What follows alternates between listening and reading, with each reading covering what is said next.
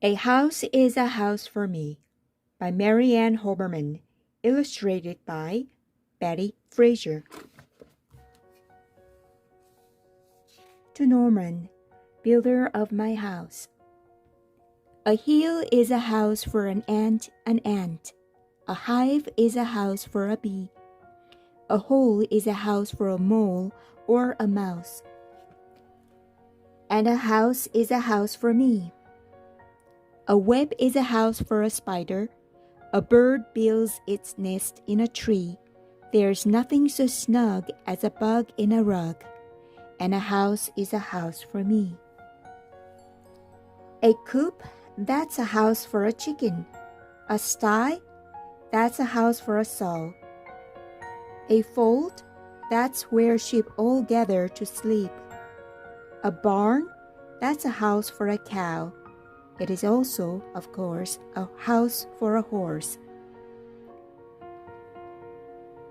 A kennel's a house for a dog. A dog is a house for a flea. But when a dog strays, a flea sometimes stays, and that it may move in on me. Houses for rabbits are hutches. A house for a mule is a shed. A castle's a house for a duchess. A bedbug beds down in a bed.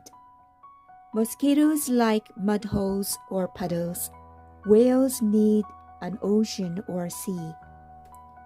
A fish or a snake may make do with a lake.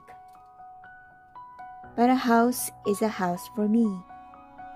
A shell is a dwelling for shellfish, for oysters and lobsters and clams. Each snail has a shell and each turtle as well, but not any lions or lambs. Lions live out in the open. Monkeys live up in a tree.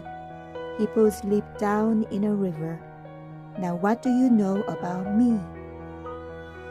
An igloo's a house for an Eskimo. A teepee's a house for a Cree. A pueblo's a house for a Hopi. And a wigwam may hold a mohi. A garage is a house for a car or a truck. A hangar's house for a plane. A dog or asleep is a house for a ship. And a chomilon's house for a train. A husk is a house for a corn ear. A pod is a place for a pea. A nutshell's a hut for a hickory nut. But what is a shelter for me?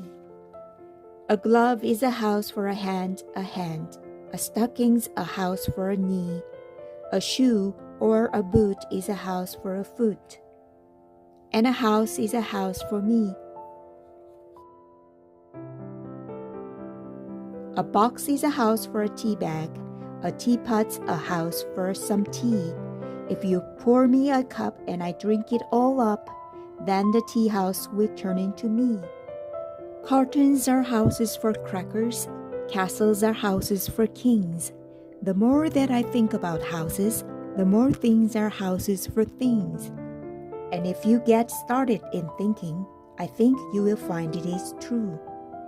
That the more that you think about houses for things, the more things are houses to you. Barrels are houses for pickles, and bottles are houses for jam. A pot is a spot for potatoes. A sandwich is home for some ham. The cookie jar's home to the cookies. The bread box is home to the bread. My coat is a house for my body. My hat is a house for my head. Perhaps I have started far-fetching.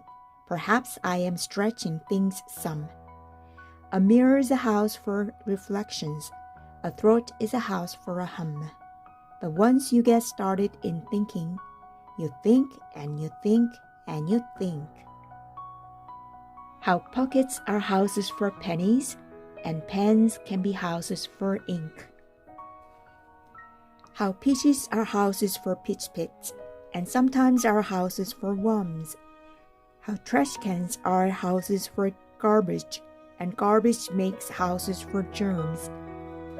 and envelopes, earmuffs and eggshells, and bathrobes and baskets and beans, and rackbags and rubbers and roasters, and tablecloths, toasters and teas.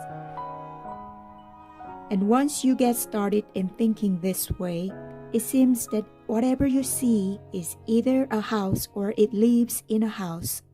And a house is a house for me. A book is a house for a story. A rose is a house for a smell. My head is a house for a secret I never will tell. A flower's at home in a garden, a donkey's at home in a stall. Each creature that's known has a house of its own. And the earth is house for us all.